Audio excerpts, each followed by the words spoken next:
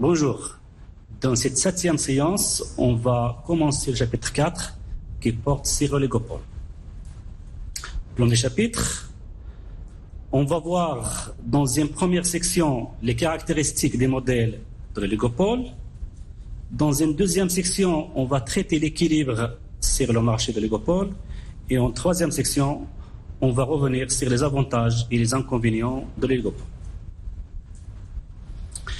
Un oligopole est un type particulier de marché de concurrence monopolistique où l'on rencontre un nombre restreint d'entreprises. C'est un marché qui se définit par l'existence de quelques vendeurs face à plusieurs acheteurs.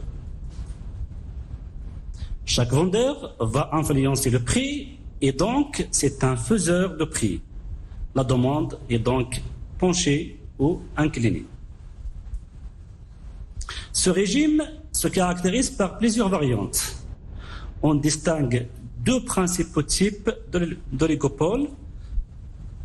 Oligopole pur lorsque les produits sont homogènes et oligopole différencié lorsque les produits sont différenciés. Chaque catégorie fait l'objet de 3 organisations. En effet, on distingue l'oligopole avec concurrence, on l'appelle aussi oligopole en guerre, l'oligopole avec domination acceptée et l'oligopole organisé en cartel ou avec entente. On verra 2 cas fermés ou barométriques. C'est un marché où le nombre des entreprises est suffisamment limité pour que les décisions de l'une d'entre elles aient une influence sur les décisions des autres. Section 1.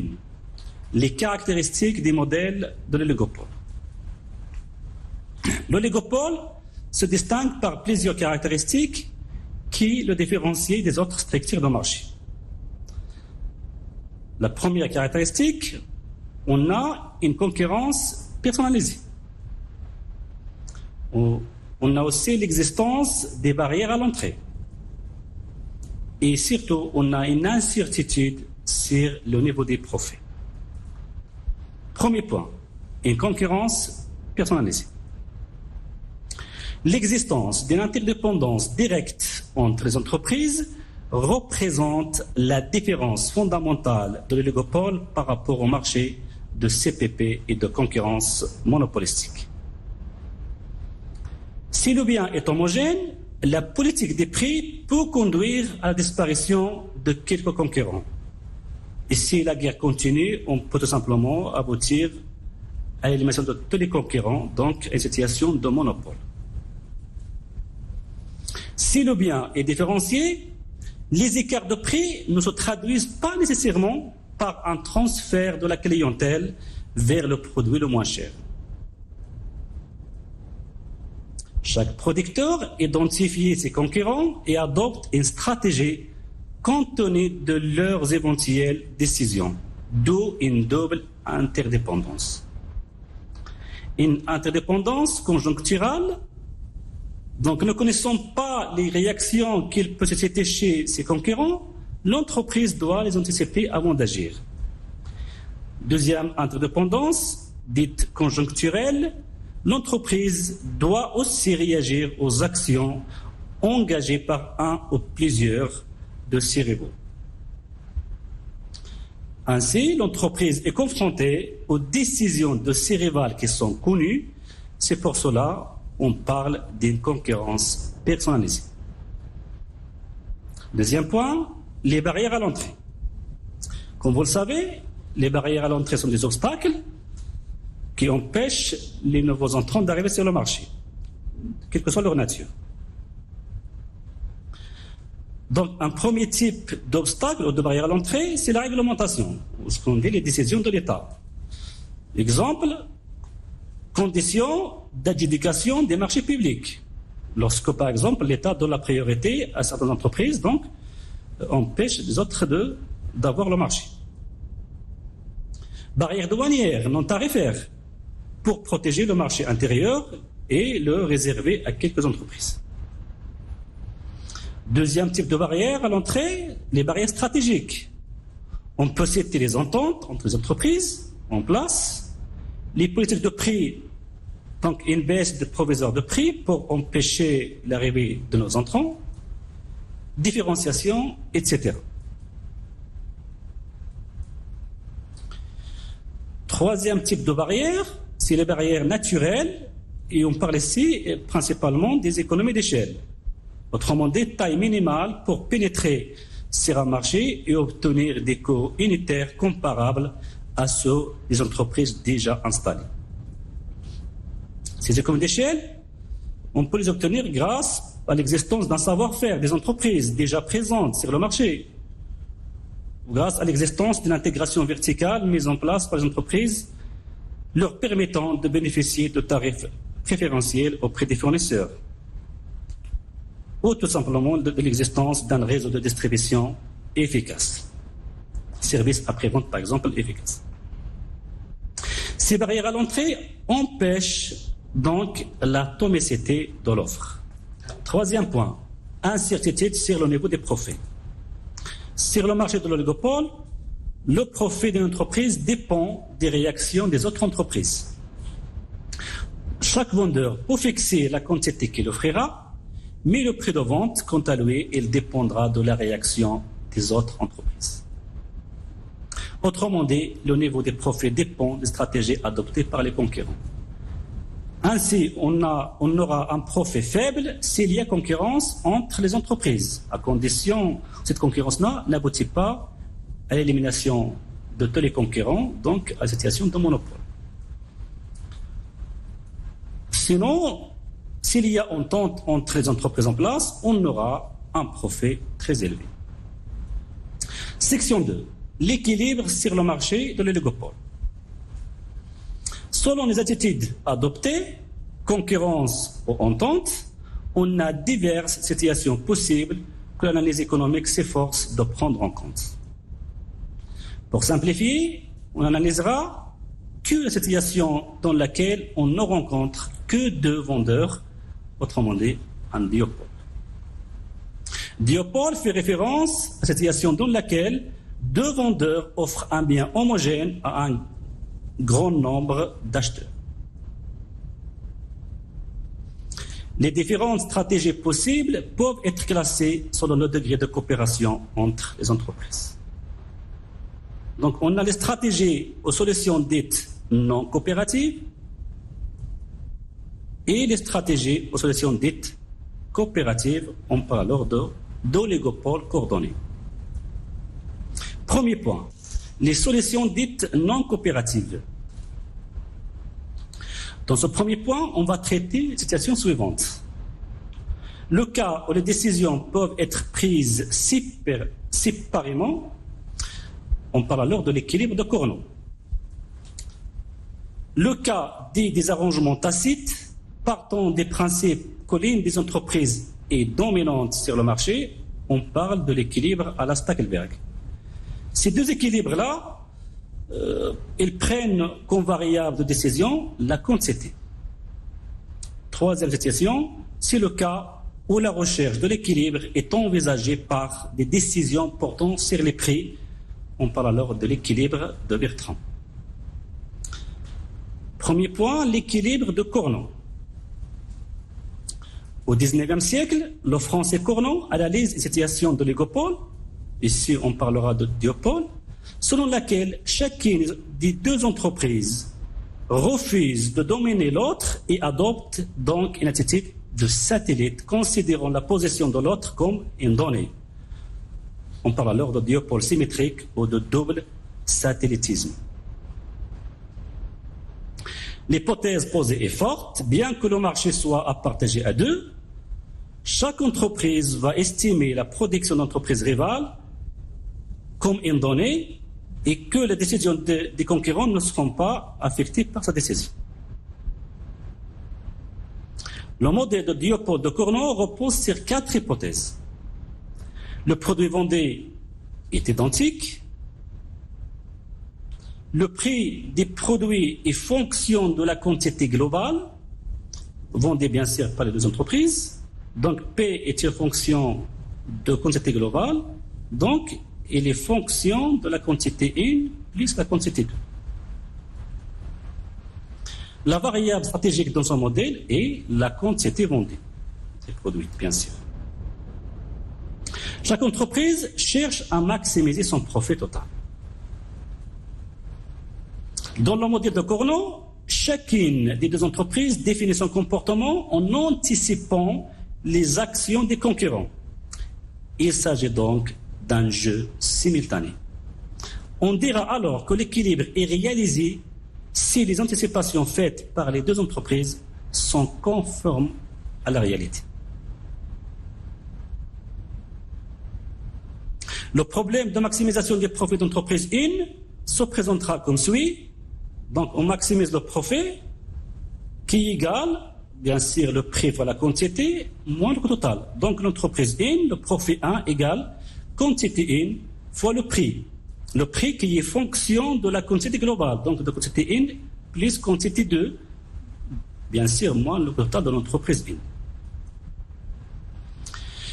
La quantité 2, ici, c'est celle que l'entreprise 1 anticipe. Donc, pour chaque anticipation, il existe un niveau optimal d'output de l'entreprise 1.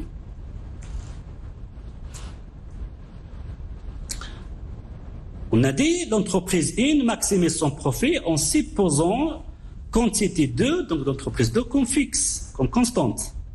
Donc, il va chercher le niveau de production optimale, donc d'équilibre, quantité 1 d'équilibre, tel que le profit il est à son maximum. Autrement dit, la dérivée de son profit, donc profit 1, par rapport à sa propre quantité qui est 1, égale à 0. Bien sûr, le profit est fonction de quantité 1 et 2, mais qui 2 est constante. Idem pour l'entreprise 2, qui va fixer quantité 2 d'équilibre, tel que son profit, donc profit 2, par rapport à sa propre quantité Q2 égale à 0, donc la différence est de la dérivée, bien sûr, avec Q1 fixe ou constante. Ces équations définissent les fonctions de réaction de chaque entreprise. Et la production souhaitée apparaît comme une fonction de la production de l'entreprise rivale. Ainsi, on aura Q1 est une fonction de Q2, on appelle ça fonction de réaction de l'entreprise 1.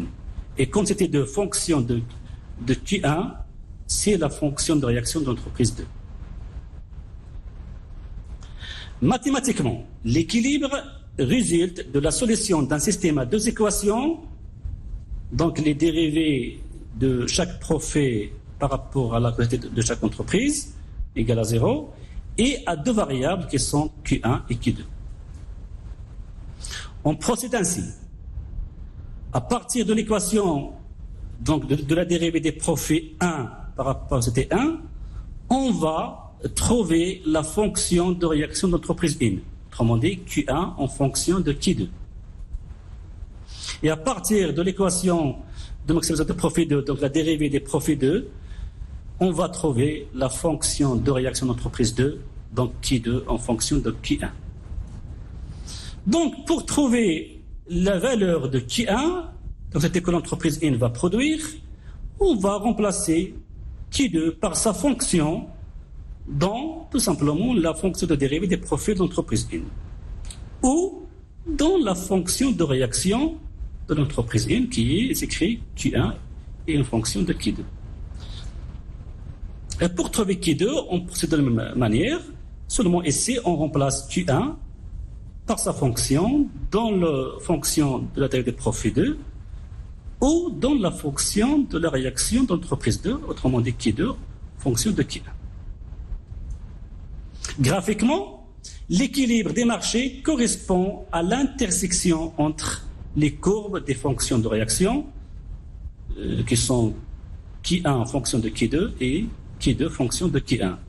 Donc on a ici la fonction de réaction de l'entreprise 1 en rouge, celle de l'entreprise 2 en bleu.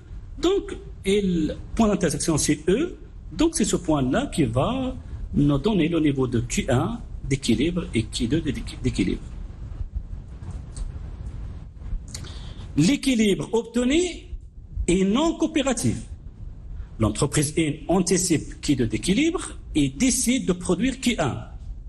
L'entreprise 2 constate Q1 et décide de produire Q2. Cet équilibre est obtenu lorsque les entreprises 1 et 2 ne désirent plus modifier leur niveau de production optimal.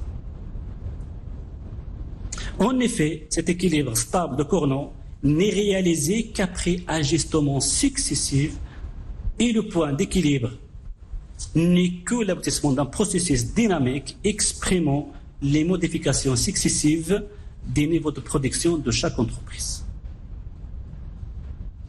Deuxième type d'équilibre, l'équilibre de Stackelberg. L'équilibre de Stackelberg correspond aux solutions non coopératives mais avec arrangement tacite. Stackelberg pose l'hypothèse selon laquelle l'une des deux entreprises connaît la fonction de réaction de ses rivales. Si l'une des entreprises connaît les réactions des concurrents, il pourra les prévoir et on tirera la situation qui lui est la plus favorable. Dans le cas d'un duopole, l'une des deux entreprises suit une stratégie de domination, tandis que l'autre s'adapte. Ainsi, l'entreprise dominante, on va prendre dans ce cas-là l'entreprise 1, va maximiser son profit en intégrant les anticipations qu'il peut faire sur les fonctions de réaction des concurrents, en l'occurrence, entreprise 2. Le profit de l'entreprise 1, de l'entreprise dominante, s'écrit comme suit. Le profit 1, recette totale 1 moins coût total 1, égale bien sûr le prix fois la quantité 1 moins coût total 1. Donc, quantité 1, mais comme l'entreprise 1 connaît la fonction de réaction de l'entreprise 2, donc le prix est une fonction de Q1 et de Q2, et donc elle va tout simplement, on remplace Q2 par sa fonction, et donc on aura le prix est une fonction de Q1 seulement. Donc Q1 plus fonction de Q1. Et donc avec bien sûr, donc H de Q1, c'est la fonction de réaction de l'entreprise 2.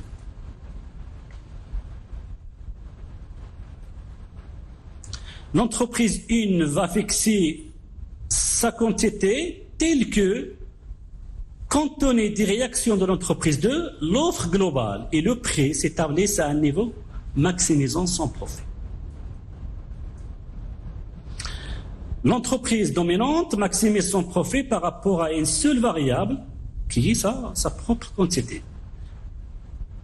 Donc, on écrit maximiser le profit 1, donc la dérivée des profits 1 par rapport à la quantité 1 égale 0. Et comme on a une seule variable, on peut directement trouver la valeur de la quantité d'équilibre de l'entreprise 1. Donc on trouve Q1 d'équilibre. L'entreprise 2 ou l'entreprise satellite s'adapte. Son niveau de production optimal sera fourni par sa fonction de réaction. Donc on sait que Q2 d'équilibre est une fonction de Q1. Donc, on remplace Q1 par sa valeur de la fonction pour trouver la valeur de Q2. Ainsi, le profit 2, tout simplement, égale, comme c'était 2 fois le prix. Le prix est une fonction de Q1 et de Q2. Et comme on connaît déjà, l'entreprise 2 connaît déjà la valeur de Q1, donc c'est une constante. Donc là aussi, on aura une seule variable qui est Q2. Donc, quantité Q2 fois le prix moins qu'au total 2. En comparant les équilibres de Cournot et de Stackelberg, on remarque l'avantage tiré par l'entreprise 1 de sa position dominante. Il a augmenté sa production par rapport au point de Cournot et l'entreprise 2 a réduit la sienne. L'équilibre de Stackelberg ne sera stable que si l'entreprise 2 sont contentes. Dans le cas inverse, où l'entreprise 2 voudra elle-même se comporter en entreprise dominante, on parle alors d'hypothèse de Bowley, il y aura une guerre de position qui aboutira soit à la faillite d'une des deux entreprises et donc la prise de contrôle par l'entreprise victorieuse, soit à la négociation entre les deux entreprises, donc l'entente, et donc rechercher un compromis, donc une solution coopérative. Troisième équilibre, l'équilibre de Bertrand. Dans le modèle de Bertrand, chaque entreprise considère la décision des rivales comme une donnée, mais la décision porte sur le prix et non sur les quantités. Les entreprises fixent les prix et laissent le marché déterminer la quantité à vendre. Lorsqu'une entreprise choisit son prix, il doit anticiper le prix fixé par l'entreprise rivale. Le seul prix qui ne puisse faire l'objet d'une offre alternative par les deux entreprises est celui correspondant au coût marginal. Autrement dit, lorsque le profit est égal à 0. En effet, si une entreprise propose au consommateur un prix supérieur au coût marginal, l'autre entreprise peut toujours réaliser un profit en proposant un prix bas, attirant ainsi la clientèle des concurrents. Lorsque les entreprises participent à des enchères concurrentielles, sans former de coalition, cela aboutit à une baisse des prix. En résumé, si la demande est excédentaire, chaque entreprise a intérêt à augmenter son prix s'il suppose que ses rivales vont maintenir leur propre prix identique. Et inversement, si l'offre est excédentaire. Mathématiquement, l'équilibre de Bertrand résulte de la solution d'un système à deux équations, profit 1 par rapport, donc la dérivée de profit 1 par rapport à la quantité d'entreprise 1 et la dérivée de profit 2 par rapport à qui 2. Bien sûr, la dérivée égale à 0. Mais à deux variables qui sont maintenant les prix.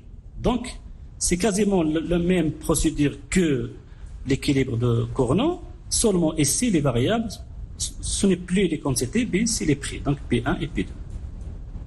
Donc, on va procéder quasiment comme dans le cas de Cournot. À partir de l'équation de la dérivée des profits 1, on va déterminer ou trouver la fonction de P1 en fonction de P2. Et à partir de la dérivée des profits 2 par rapport à Q2, on trouvera P2 en fonction de P1. Et ainsi, on peut remplacer P2 dans la fonction P1 en fonction de P2 ou dans la fonction de la dérivée des profits pour trouver la valeur des prix P1. Et pour trouver la valeur des prix P2, on va remplacer tout simplement P1 par sa fonction dans la dérivée des profits ou dans la fonction qui relie le P2 et P1. Merci pour votre attention.